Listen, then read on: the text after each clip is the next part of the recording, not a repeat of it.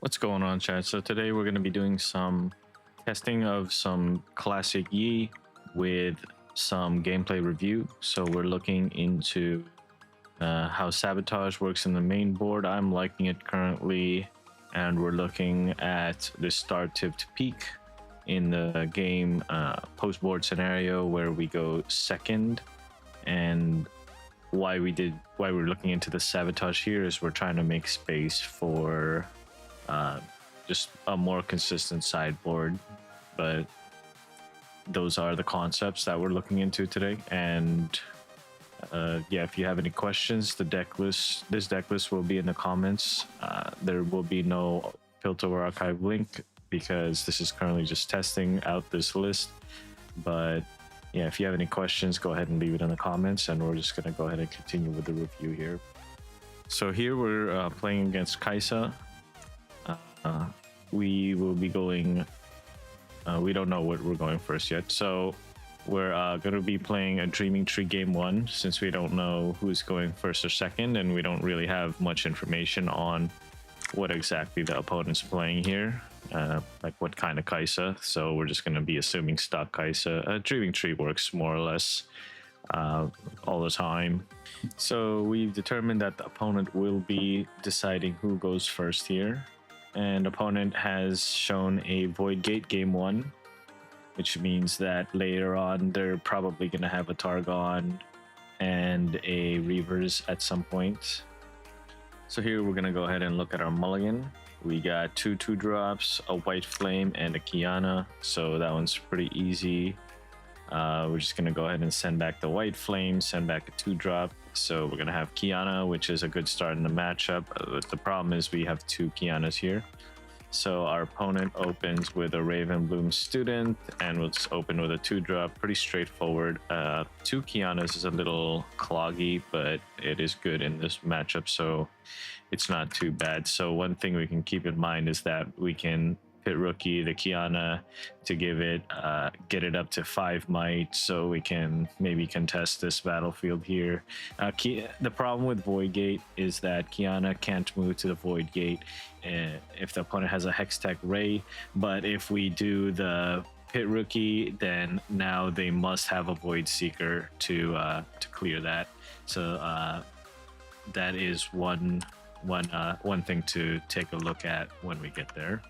So opponent goes for their first point here onto the Dreaming Tree. So what that'll do is that'll potentially deny us off of points if we are off of card draw if we try to go and contest this. So that's good on opponent because it kind of makes us look in this direction into the Void Gate. And the Void Gate, they're definitely favored because even if I have a Discipline, for example, or Discipline or On Guard, that's a +2. And if I send the if I send the Stalwart Poro into this Void Gate, it's essentially dead unless I have two pumps. And if I try and pump on the Void Gate, I am not drawing. It would be honestly much better to go here if I'm trying to beat pumps. But anyway, so something to keep in mind is that the opponent has 4 runes up. They did not play Kai'Sa. Kai'Sa's still in the Chosen Champion zone. So we're most likely just looking, opponent's probably just hoping to Void Seeker here. So it's probably best not to let the opponent have that Seeker. And we're just going to go ahead and play a Qiyana, let the opponent go to 2 points here. And that is a pretty bad situation for us, but I'm not sure we could have done too much because at the very least now this board doesn't die to just Falling Star immediately. But we are falling behind, and that could prove very problematic for us here. So opponent will play a Kai'Sa, and now we will just okay, opponent plays Kai'Sa and moves back and plays Student here. So now we have some sort of free reign to move on to the board. We can probably start looking into pushing Qiyana and the Poro onto the board and probably look into a charm and maybe another Kiki, maybe a what's it called? Pookie. Problem is that we don't have any tricks to protect this on the tree. And we do have expensive cards that we do want to play. We're probably going to end up channeling here, but let's go and those are the considerations. Let's go ahead and just watch right now. So we're gonna go ahead and score a point with Kiana here, and we're gonna draw a card. Problem is that we are not drawing our remove or our pumps, so we are not likely going to be able to protect Kiana. And opponent is going into 8, so that's a lot of runes to work with. They could Darius, they could Watcher. Watcher's pretty bad. A lot of things are pretty bad, but we're just gonna have to live with the situation. We're in a pretty bad spot because these two students can just do a lot. But yeah, we've gone ahead and just removed their Kai'Sa from the calculus here. Moving this Pookie into here could prove problematic. Since we aren't able to protect the Kiana, we're gonna go and just move into this. Play the second Kiana to base, so that way when she inevitably dies, we will still have something that we can do next turn, as in go for a conquer. One of the problems here is that these are both just unprotected, and they can just totally clean us out with Ray, but they would have to spend like all the runes and recycle a lot. Yeah. Let's go ahead and see how this evolves. Yeah, it's just very unfortunate that we don't have a way to protect this. It's just like one Void Seeker. It just ends our career right here. So opponent's gonna go ahead and Hextech Ray the Poro here, and these go to 3 each. Now this is 6, and then the Kiana's completely vulnerable, but at least we can move the Kiana into a point. Yeah, this is proving extremely problematic here, because the opponent now just runs this over for free, or not for free. I mean, they have 2 runes up, right? So that even if we on guard, it doesn't really matter, because they have something there. So we're gonna go. It's probably a cleave, honestly. But yes, opponent's gonna go to 4 points here, and they're gonna star the Kiana, and this is probably the game. But we can just watch a little bit. There's really no coming back from here. So now we have no board and no runes, and we've drawn the 3rd Kiana, which is something that you don't want to see too early in the game, because that's a very high tax on rune development. But so now we have a Kiana go there, but this game is pretty cooked for us. Opponent is at 6, and they will be going into 7 next turn. The likelihood that we'll be able to stop a Watcher with just this is very low. Okay, so we do have an on guard available. I'm gonna just move the Kiana here, but the problem is taking them off of this point. We might want to look into, but we can put them on a Void Seeker from earlier, right? Yeah, there aren't really any good options. The opponent's just way too far ahead, and we can't do too much. So we're just gonna go ahead and move this Kiana into the Dreaming Tree, draw a card. Yeah, we forgot to pay for the Pit Rookie. Yeah.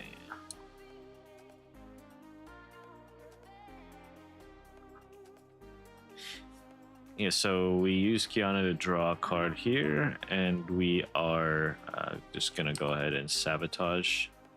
Opponent has 4 cards in here, so We should have a decent. Oh yeah, that's. I'm pretty sure we just lose to this cleave because no matter what we do, the cleave and the stupefy is just gonna take everything away from us. This is not enough. We need maybe double on guard, and even double on guard is not enough because they just stupefy and cleave, and that is about 10 onto here, and that would be 7, 11 stupefy. I mean, stupefy would tie, but then we can't defend the other side. And the problem here now is that they have 2 stupefy and we are not able to attack here, and then they'll just send everything there. Yeah, because they just did cleave, draw a card, and then they're at 7. They have so many ways to beat us here, and especially when this is holding. So yeah, that should be it. Yeah, so we're gonna go ahead and scoop it up here. It just doesn't matter because if you just run into stupefies, it isn't nothing. It doesn't change the outcome. They're gonna just draw more cards and send Darius over there. You know, we could go for taxing the. Yeah, we could go for taxing the stupefies out of their hand using the on guard, but it doesn't really accomplish much. So we're just going to do a very simple sideboard of 3 unyielding here. We've lost game 1. We will be required to win 2 games in a row, but that is not completely undoable here. We're taking out one of the 3 primals, 1 white flame, and a stopwatch. So we're going to be playing Grove in game 2. As our going first battlefield, opponent plays Targons. That way, Targons is pretty good in that sense that we just go here, they just go there, they got a Targons, and then they have a lot of runes to work with. So our starting hand is pretty good. The only question is, do we want to send this Deadloom back? We do play 3 unyieldings, so we can actually just send that back for more 2-drops, 1-drop. We're actually just gonna go fishing for a 2-drop since we are going first. Since we're going first, we only have 2 runes, so we desperately need a 2-drop. But if we can find a 2-drop, we can defend it with these 2 cards here. And if we can defend this, we'll just keep drawing and hopefully snowball that into an insurmountable lead. So opponent will be going second, and they have 3 runes available. They will not be doing anything here. So one thing, okay. So something to talk about here is they've kept 3 runes up. So, you know, they could have played Yordle. They could have played any of their 2-drops, but instead they are probably going for a Void Seeker here. Even a Ray, because if they had a Yordle, then they can't play Hextech Ray if they play this, and then they want to be able to contest me going on this point, potentially. But we can also just Sabotage and get that out of the way so we don't use up this this unyielding so quickly. So I think that's the best play, just Sabotage, so we know exactly what we need to play around this game. So this opponent's hand looks pretty weak. There's a smoke, but without removal, the smoke is pretty dead. Retreat's pretty dead without units. This card, the Obnoxious Hopeful, is not very good without another spell to play. It looks like mostly a brick from the opponent, but the Hextech Ray is able to do stuff there. I'm kind of surprised that they sided in Mundo going second, but I guess it is a way to just run stuff over. So now that we know the opponent's hand over here, we have fairly good odds of actually just holding on to this battlefield here. Their best play is probably to play a Hopeful or a Kai'Sa, and they'll at least be able to have Retreat as backup for that. We can, oh, they're just gonna go ahead and accelerate. Yeah, opponent goes ahead and accelerates here, and the Kai'Sa will, or the Targon Speak will ready 2 runes, so they'll actually have access to Smokescreen. So we go ahead and draw an additional card from the Grove, and now we're at 2 points. The opponent is beginning to fall behind very quickly. So one option that we have is this charm and this primal if they choose to smoke. We can also just play the Kiana to the base. So one thing that we do know is that the opponent can't really attack us onto here unless they draw like a Darius, and then they would need to do something like Darius plus retreat the Kai'Sa, which seems pretty bad. I would be shocked if they did that, and presumably they'd want to play around on guard. But anyway, we're just going to go ahead and play this Kiana so we can eventually go for a double conquer here. So my logic for not charming this Kai'Sa here is because we know the contents of the hand, right? If we charm, they're just going to retreat, which is probably in their favor, because if they retreat, they'll have the 7th rune, and then they're just going to go ahead and repeat the same play pattern. Whereas in this situation, we're going to go to 6 runes and maybe 7 if Kiana conquers. We'll have access to a primal, because since with 6 runes. With 6 runes next turn, we'll have access to Primal, we'll have access to Discipline, we'll have access to Charm and Unyielding. It'll just become a very bad situation for the opponent, especially because they have a lot of cards that weaken out, right? Retreat is fairly weak into Yi. You kind of want stuff to push in rather than that, but opponent seems to have top decked a Ravenblue student, since they are... Maybe they got it off the Kai'Sa draw. But anyway, the opponent is actually stacking on the Targon's Peak and pulling Kai'Sa back. So this will be 6 might here with smoke screen backup here. We will be holding with the Grove of the God Willow, drawing an additional card, and now we are beginning to run away with the game. So when you have a card advantage with Grove of the God Willow or Driving Tree, what you want to start thinking about is how you're going to actually consume all these cards.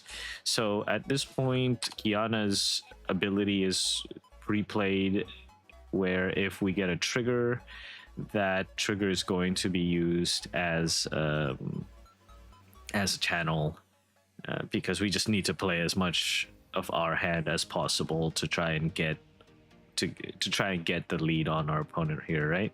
So here opponent is gonna be at 7 because we have the smoke screen here, and they have the student.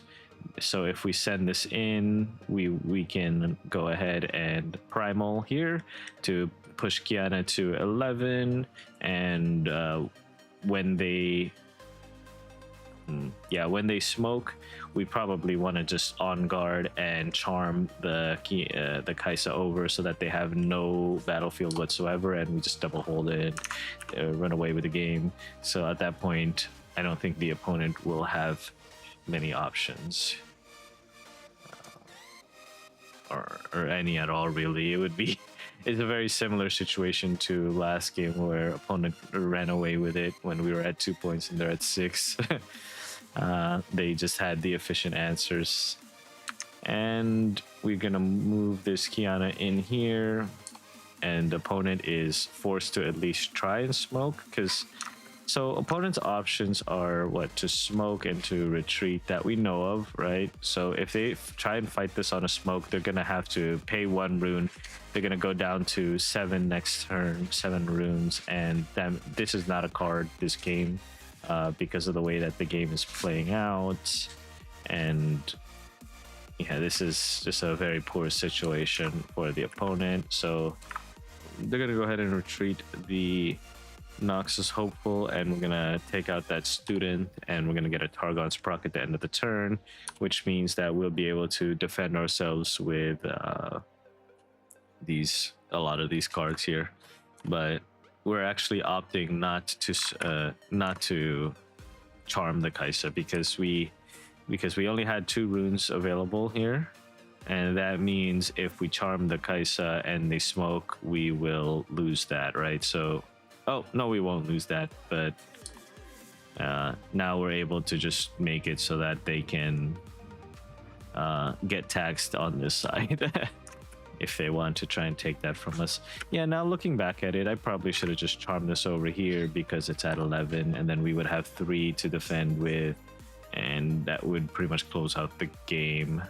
But it's fine. It's fine mostly because we're so far ahead.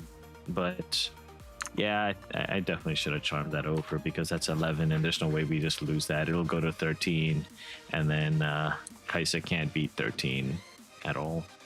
So opponent's gonna go ahead and play a Darius here. They do have this this smoke to pair with Darius, which is pretty good for them. I think, now that I think about it, I think that the opponent can't really get anything done with Kai'Sa alone, and I think that's why I left it alone. It's a little difficult whether to say whether we should have done it or not, because in this situation it's actually turning out very good because now we can actually just charm this over. But yeah, that's probably what I was thinking too, because they kind of just owned us with Darius last game, and we want to be a little more careful about that because smoke Darius just beats it, and we don't really have. We do have an answer to Darius in the form of eggplant, but that's a little weird. Yeah, I was just playing. I was probably just playing a little too conservative here, but now the opponent stupefies. The Poro goes to 4. The Darius is at 7, and the opponent has 3 runes available. We do know one of the cards in their hand is a smoke, so that's something to think about here. So opponent's actually gonna go for a fight onto the Targon's Peak against the Kiana, and that will put the Kiana to 6 might, and Darius will be at 7. Opponent has a smoke available, so we're gonna go ahead and play this a little slowly here. We're gonna play Discipline, move that to 8. So, and we draw a card, doesn't really matter. So opponent will cleave the Darius, putting it to 10 here. I think we're gonna go for a trade here, which I'm mostly okay with because yeah, the opponent the opponent trading with Darius, they could smoke and then remove both of these, remove one of these runes. But yeah, opponent goes to smoke here, and we do lose the Kiki, but the opponent will have access to 2 more runes, which could be a lot of things, honestly. Opponent is debating whether they want to just full trade with this Poro here. Yeah, we had to get the smoke out because if we don't get the smoke to this side, excuse me, if we don't get the smoke out of the hand in this combat, then they're actually just gonna be able to run that over with Kai'Sa. So at least it dissuades them from doing that, which is exactly what happened. They went ahead and moved the Kai'Sa to the Targon's Peak here. So now we're gonna go ahead and get our 5th point and a draw. We're a little flooding on the unyieldings here, but that's not the worst place to be at all times. So we do have 5 defending here. We're telling our opponent to untap their 2 for Targons, but yeah. Anyway, we have option to charm the Kai'Sa over, and we can upgrade this. We can upgrade this Grove to a what's that called? The Tasty. So what that does is it makes the opponent's life very difficult. If they want to win, they're gonna have to get a Tasty off of this battlefield, and if they never fight us here, they will eventually lose because we're gonna keep drawing cards every turn, and we're just gonna slowly get our way to 8. Right, we're not far from 8. So one of the best things you can do with this Tasty is to use it as an upgrade on a battlefield, and that is what I am currently reviewing here. We can also upgrade to Tasty and charm this over, and I just find it highly unlikely that the opponent has double Stupefied to actually beat that. 6 to 6, it'll be at 6 to 7. Yeah, they'll just win. That's fine. Like, it could also be Hextech Ray, but if the opponent has a Hextech Ray and does that, then we're actually just gonna ramp, draw a card, and run away with the game anyway, because we have Yi and we have Unyielding next turn. Anyway, yeah, we're just looking at if the chances that the opponent has a cleave, because if the opponent cleaves this and it's only cleave, which actually opponent's hand is low, so we're getting to that point in the game where Kai'Sa has sparse action. That's one thing to note about Kai'Sa, is the more the further in the game you get and the more removal they use, the less likely it is that their hand actually has removal, especially in removal or interaction, especially in multiples. But yeah, so we're just gonna go ahead and go with the line where we upgrade the Grove, and then we're just going to go ahead and charm the Darius over, and it defends for 8. Darius will just die here, and we will just pass the turn back to the opponent. The opponent will hold for 4. Opponent has the option to Watcher, big W. So Watcher will actually beat this, which is probably their best line. Opponent is actually going to go ahead and play a Riptide Rex here, and that will result in the Tasty dying. We're gonna ramp 2, and we're gonna have access to Yi next turn. Opponent is moving their Kai'Sa back to the base. Opponent has 3 cards or 3 runes left up, so we might be looking at a Void Seeker, but Void Seeker's not too good because we have a Defy here. But now, since we have so many runes available, we're just gonna go ahead and we have a few options, right? So opponent could have a Stupefy, so we could just send Yi here and send this Poro here, and then we'll get 2 more runes off of the Targons, which is probably our best play. So we'll go to 7, and they'll have to take us off of both. And the likelihood that they can take us off of both when we have this kind of interaction, well, we're only gonna have Unyielding and Defy, but that's still a lot. The likelihood of them actually being able to win that is pretty low. Another conservative line that we could take is just move the play the Kiana from hand, and play the Kiana from hand, move this into here. The problem is that they have 8, defense 4, 5, and we can't beat that with discipline. So what I'm looking at is we're in a fairly how do I say this? We are in a good position, but the opponent has a strong counterplay, and what we want to do is limit the amount of things that the opponent can do. And what I mean by limit is that it's probably just Watcher or Bust. An opponent goes to 9, they have Watcher. E defense for 8 into 5. Watcher beats one side.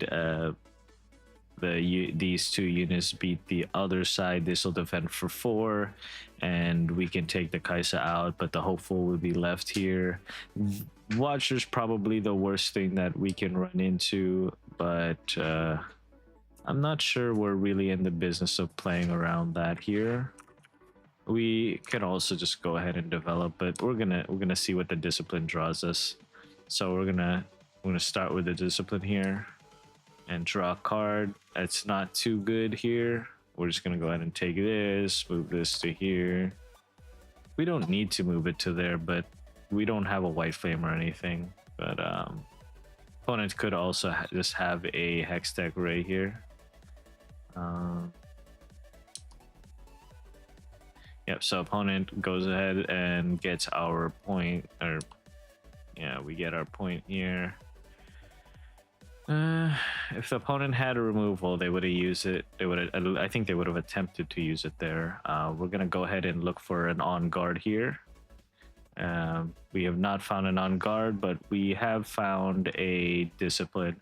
So what this discipline allows us to do is to, okay, there's no watcher. I think the game just ends here because we have answers in the form of unyielding spirit and discipline, and yeah, that's the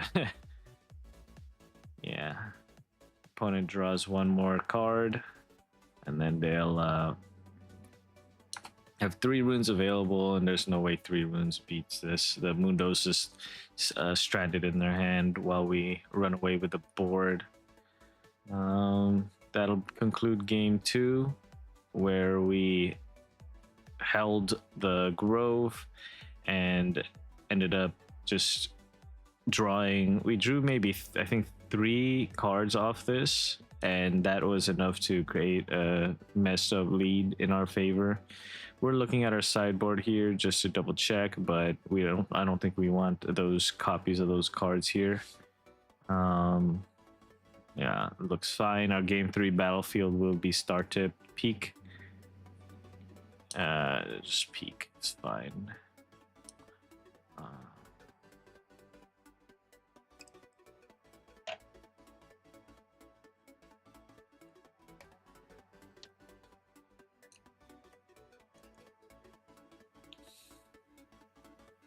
So our opening hand looks like this. It's pretty good. We've got a 2-drop. We've got one of the 2 strengths. We are going second, so we do want some pushing power. And we also do have this Kiki here. Could potentially do a lot for us. Yeah. But this primal strength, we probably want to have a discipline instead, but it's not that important here. So we've drawn a defy, so that's quite all right. And then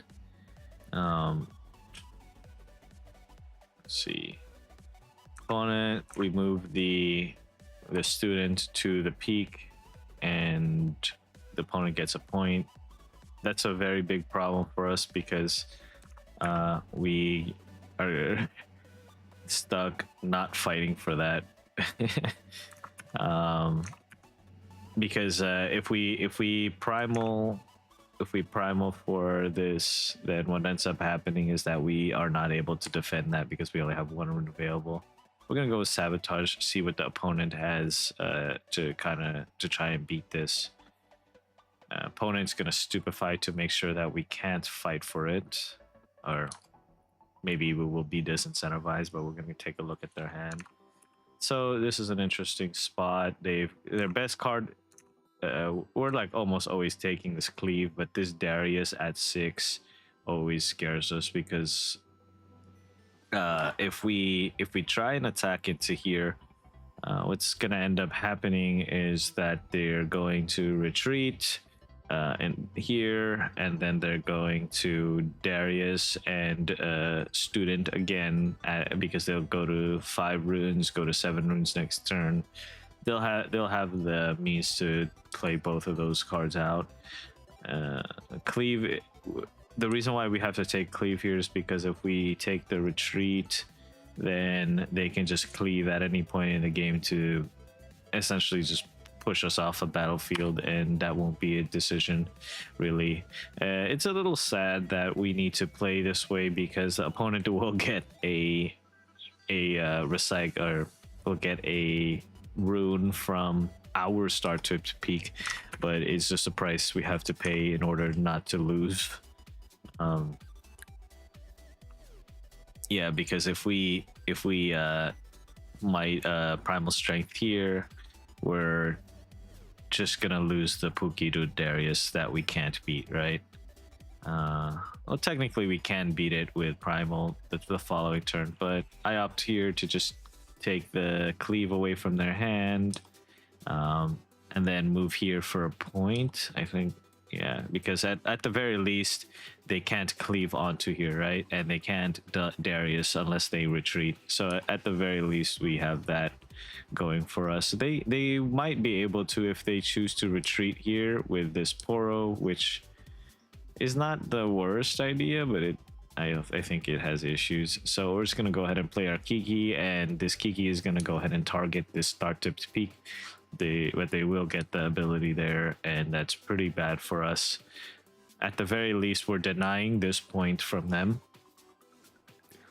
Yeah, point denial is a pretty big deal, because if we go for this point here with a primal in that turn, what ends up happening is we don't have this Kiana out, but they basically just end up being able to take both points, and they're gonna go to 3 points to our 1 point, and we have no unit. So that's just, it was just a price to pay for playing Star Tipped Peak, right?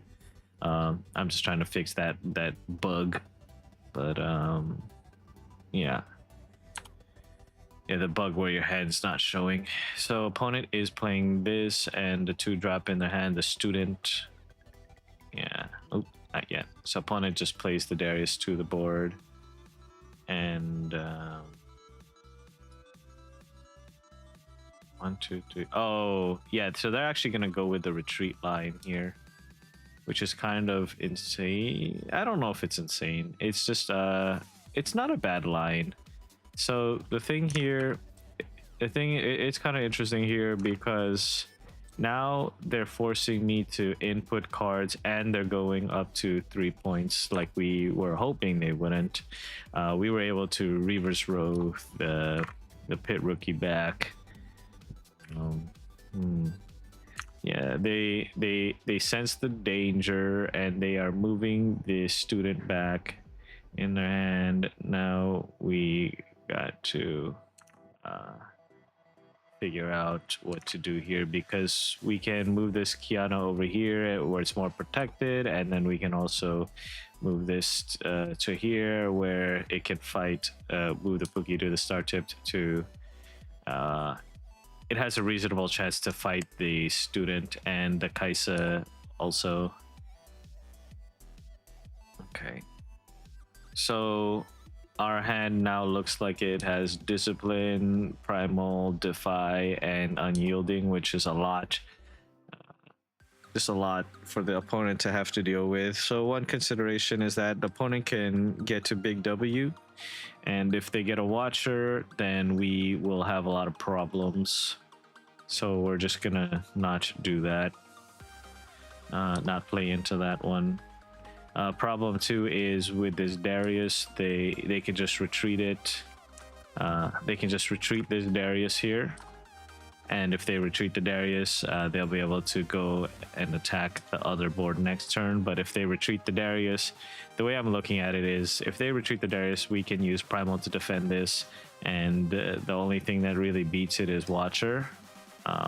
Watcher and 1-drop, and we know that they don't have a 1-drop. We know that they have a student left in hand and a Poro, so 2 of their cards are essentially dead. So if they draw Watcher off of, or if they drew it for turn or draw it off top with a 1-drop or with a 1-cost interaction, that's fairly slim but not impossible. They could also just Watcher and Falling Star, which might just end the game. Well, it's not going to end the game because we do have this, but it gets pretty bad. So we send in our Pookie here. Opponent has no runes up. The opponent will be retreating that, and we will get a 2nd point, and we will get our 3rd point with the Kiana, and we're going to go ahead and channel a rune. Yeah, we channel a rune here, and we pass the turn. So now we have a very good defense on both ends here. We've got primal strength and unyielding and defy and discipline. So there are a lot of combinations that the opponent might have to try and break this, but I think we have the answer to most of it. If the opponent plays another Darius, that could be very problematic, but I think the opponent has finite answers. They could get Cleave, they could get Darius, they could get so opponent here is moving their Darius into this into the Reaver's row. So right when the Reaver's row, or right when they move it in, for an attack, we will have to immediately decide we're gonna reverse row. So here I take a second to think about what to do. So we're gonna go with no retreat and asking the opponent if they pass priority here. So we do have primal. We're gonna just use the primal to essentially guarantee the combat here. So we will be going to 11, and the opponent is at 5. 5 might currently. It is beatable, but we know 2 of the cards in their hand, so they're gonna go ahead and stupefy here, and that goes to 10, and they go for a smoke here. So Darius will go to 7. Oop, no, he won't go to 7 because we defy the smoke, and by defying the smoke, that means it doesn't count it as second card, but we didn't need that anyway. It is at 10, and we do win this combat, and opponent has burned a smoke for no return here. Well, the return is getting the defy out of our hand, right? But that's probably not going to be good enough because now they essentially need to win a combat on this side, which is highly unlikely because they used one of the 2 cards. Because yeah, okay. Now they have a falling star, which gets rid of our Kiana here. Sadly, we didn't have the last rune for the unyielding, and we will be losing that. But that's just how it goes sometimes. So opponent plays their 2 drops, and now we're all just, everything's just on the board, no information. We do have 6 runes here, so this might be one of the best cards that we could have drawn.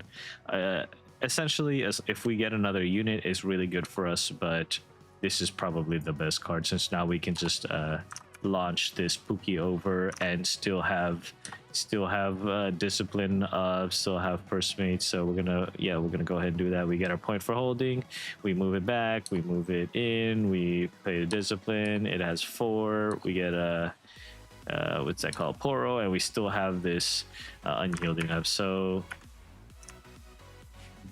yeah, so we weren't able to hold this at any point yet, but we might be able to. We have 1 card in hand, opponent has 1 card in hand, opponent plays the Kai'Sa to the reverse row, which means they can defend, or they can move the Kai'Sa back into base if that ever comes up.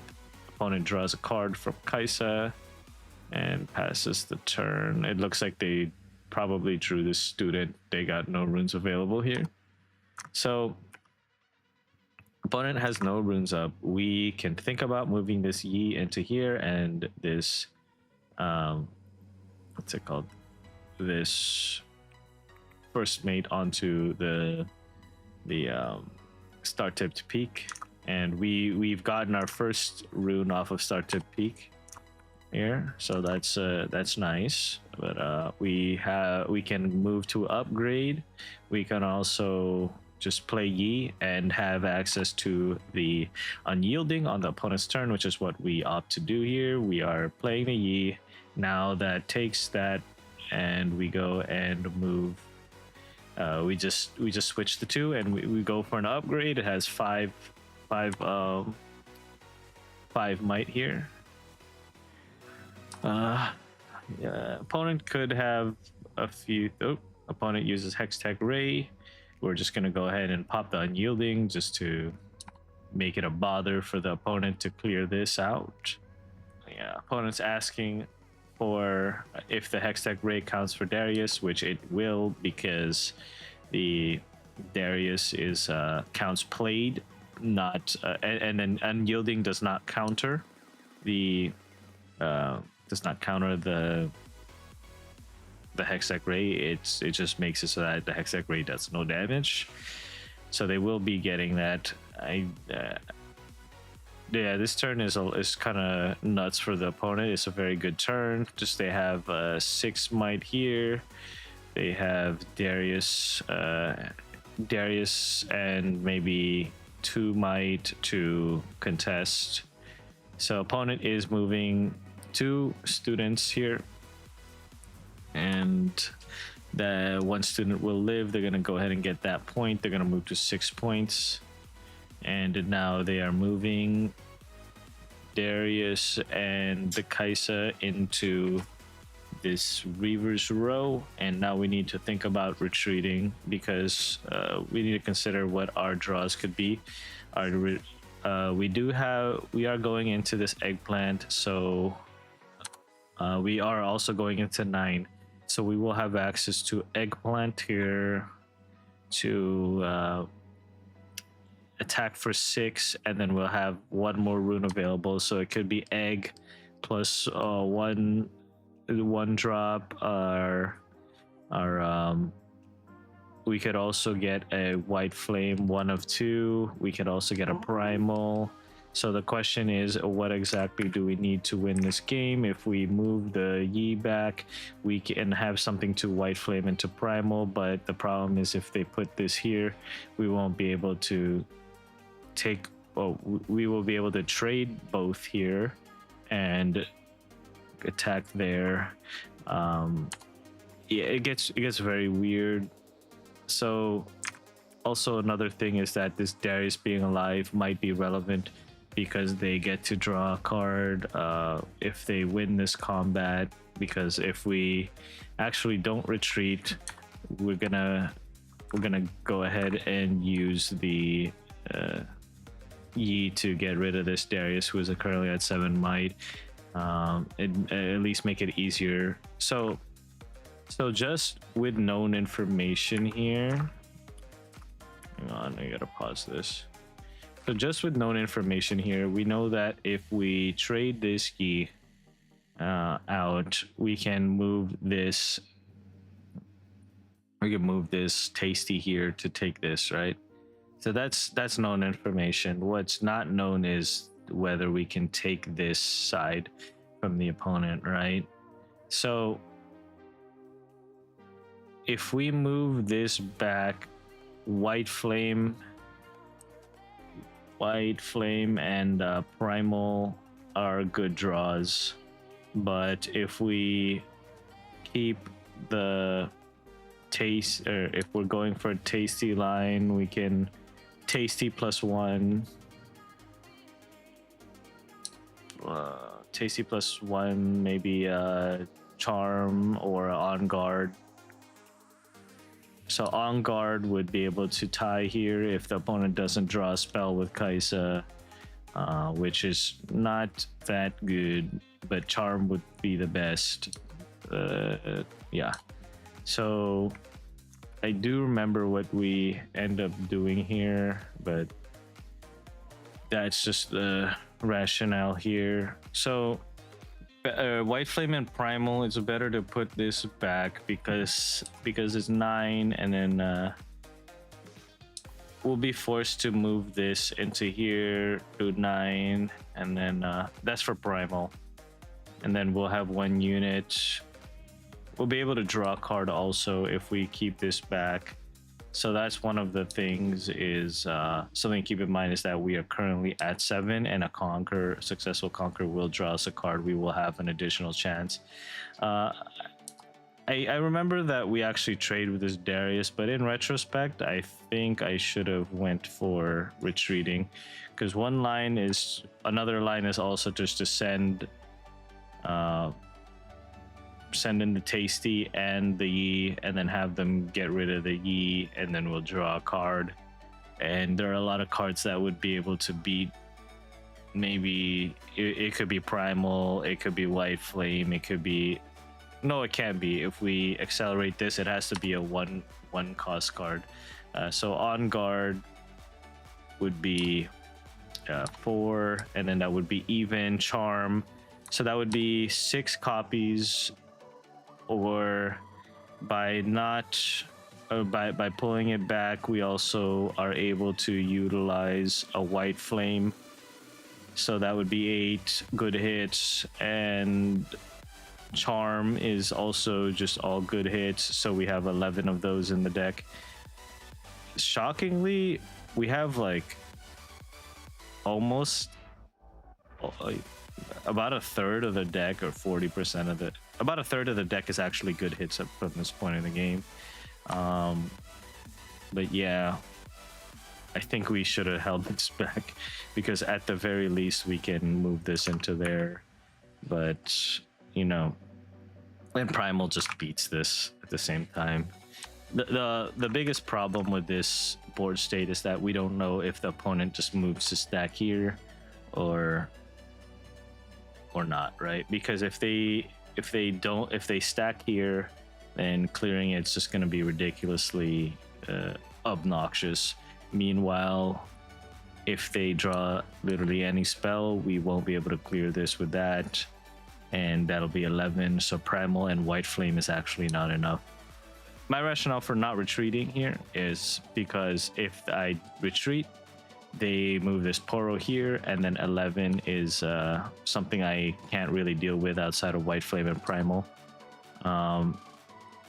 Because if I do that, then taking this other side is really difficult. This was a tough decision to make. The question is, would I make it again? I think that now that I'm here after the game, I actually just want to go ahead and retreat this, because by retreating, we create a situation where we can actually just beat this with White Flame also, and that's fine. So now that we're in this situation, the opponent is trying to make it so that it's impossible for us to conquer both, but we do have this Tasty. We did draw the charm, and that essentially ends the game as long as we can get this charm to here, right? So we're gonna move our Tasty into this battlefield, and we charm the Kai'Sa over, and we move this here. So the worst case scenario for us here is that the they Hextech Ray. They Hextech Ray when we attack with the Tasty, or they also could have a Stupefy, which would tie this entire board. But the worst in that worst case scenario, we could also just move this Pookie into here, draw a card, and have the Kai'Sa fight us, and that's their last card in hand. So we would both just be playing off top, except I have a material advantage because I will draw a card from scoring and have a Poro to play after that, or in the following turn. So both of us will have empty boards. But now, yeah, opponent just has only a few answers to this line, so that kind of just locks in the game for us in this situation. So we're gonna go ahead and move the Tasty, accelerate the Tasty in, and if this, it all just boils down to what this last card is here. So opponent actually, we actually win this combat, and then the opponent, we draw a card from the 8th point, and then we have the Kai'Sa move over to here. Kai'Sa dies, and then they go for a cleave. Oh, the cleave is 7 because it's not, and then we get that point. Yeah, so lucky for us that this was not a Stupefy or a Hextech Ray, because we would have had to keep playing this game out. And our next turn was not horrible if that was, because they would have to draw a unit, and we don't have we don't have that problem, and we can probably just draw cards and win.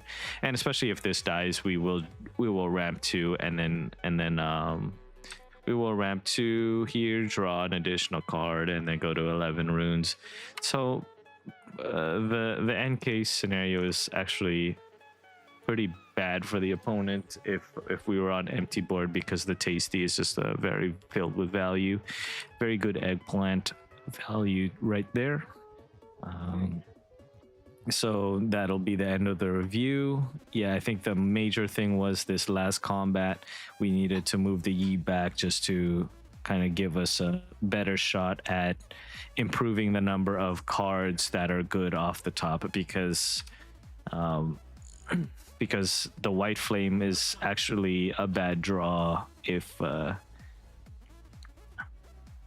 White Flame's actually a bad draw if we don't have the Yi out. But opponent ended up not having removal, and that was a very good thing for us. So yeah, thanks for making it all this way. Thanks for watching. If you guys have any questions or any any of the plays you want to discuss, go ahead and leave that in the comments section. This deck will also be in the comments section. And yeah, let me know. Thanks for watching. I'll see you guys later. Peace.